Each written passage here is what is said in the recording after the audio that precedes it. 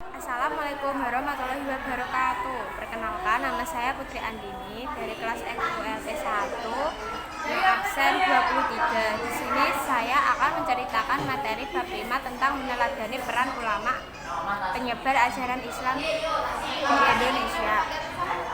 Wilayah Nusantara sangat luas. Posisi geografisnya terletak di persimpangan jalur perdagangan antara India, Cina, dan Arabia. Maka sulit untuk memastikan wilayah mana yang pertama kali menerima ajaran Islam. Oleh karena itu, ada beberapa teori tentang masuknya agama Islam ke Indonesia.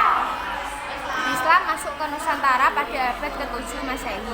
Kerajaan Samudra Pasai didirikan pada abad ke-13 Masehi atau tahun 1275 Masehi. Artinya bukan awal masuknya Islam, tetapi merupakan perkembangan agama Islam. Hal itu terjadi karena umat Islam memiliki kemampuan dalam penguasaan perniagaan melalui jalur maritim. Melalui jalur ini, pada abad ke-11 Islam dikenalkan di sepanjang jalur niaga di pantai-pantai tempat persinggahannya. Perkembangan kesultanan di Indonesia. Masa perkembangan agama Islam adalah kurun waktu pada saat umat Islam telah membangun kesultanan sebagai bentuk kekuasaan politik. Perkembangan Islam di Indonesia semakin meluas seiring dengan banyaknya raja-raja Hindu yang memeluk Islam. Tumbuhnya kesultanan Islam di Indonesia tidak dapat dilepaskan dari sebab timbulnya politik di luar Indonesia. Merah Silu atau Sultan Malik Al-Saleh merupakan pendiri dan raja pertama Samudra Pasai, berdiri pada tahun 1267 Masehi. Setelah masuk Islam, Merah Silu bergelar Sultan Malik Al-Saleh dan berkuasa selama 29 tahun. Kesultanan Samudra Pasai merupakan gabungan dari Kerajaan Taurlak dan Kerajaan Pasai. Semasa berkuasa sempat menerima kunjungan dari Maroko, dan menurut catatan Marco Polo, Sultan Malik dan Al-Saleh merupakan raja yang kaya dan kuat pengaruhnya. Sultan Ahmad, beliau merupakan Sultan Samudra Pasai yang ketiga, bergelar Sultan Malik Al-Tahir II. Pada masa pemerintahannya, Kesultanan Samudra Pasai dikunjungi oleh seorang penjelajah dari Maroko, yaitu Ibnu Battuta. Menurut catatan Ibnu Battuta, Sultan Ahmad sangat memperhatikan perkembangan dan kemajuan agama Islam. Sultan Alauddin Riayat Shah berperan dan berjasa dalam penyebaran Islam di wilayah Aceh. Beliau mendatangkan ulama-ulama dari Persia dan India untuk mengajarkan agama Islam di Kesultanan Aceh. Bahkan pada masa kepemimpinannya, ajaran dan India untuk mengajarkan agama Islam. Wali Songo 1404 sampai 1546 Masehi. Wali Songo merupakan 9 wali atau sunan yang menjadi pelopor penyebaran Islam di Pulau Jawa.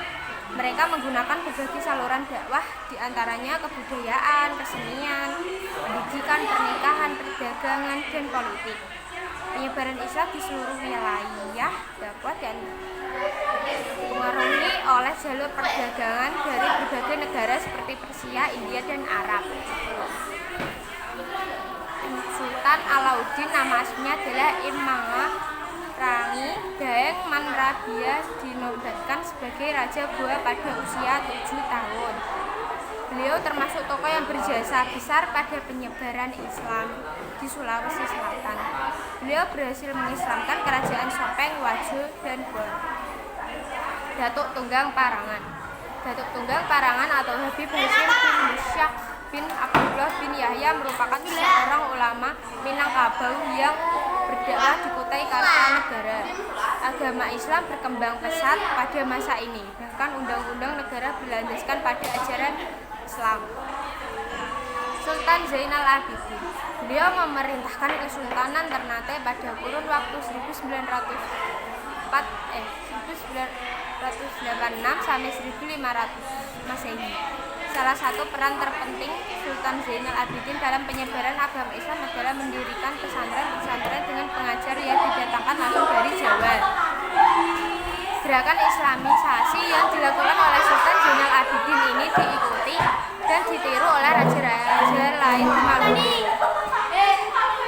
Selain tokoh-tokoh di atas, masih banyak ulama yang berjasa menyebarkan agama Islam di Indonesia sejak abad ke-18 sampai masa kontemporer.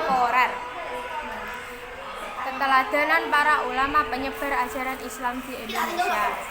Berikut ini diantara nilai keteladanan dari para penyebar tokoh Islam di Indonesia: hidup sederhana, gigih dalam berjuang, menguasai ilmu agama secara luas dan mendalam, produktif berkarya, sabar, menghargai perbedaan, berdakwah secara damai. Dengan memahami sejarah penyebaran Islam di Indonesia, kita dapat lebih menghargai keberagaman budaya dan agama di negara kita. Para tokoh penyebar Islam telah memberikan warisan yang sangat berharga bagi bangsa dan Indonesia. Terima kasih. Sekian dari saya. Wassalamualaikum warahmatullahi wabarakatuh.